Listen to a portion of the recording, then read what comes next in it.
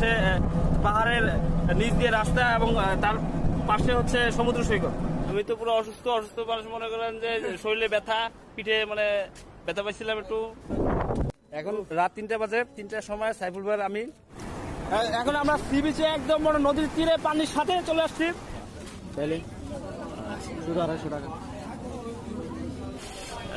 আল্লাহ মাফ করো, ঠিক আছে, যাই না কাঁকড়া খেলে অনেকে বলে যে মাকরু।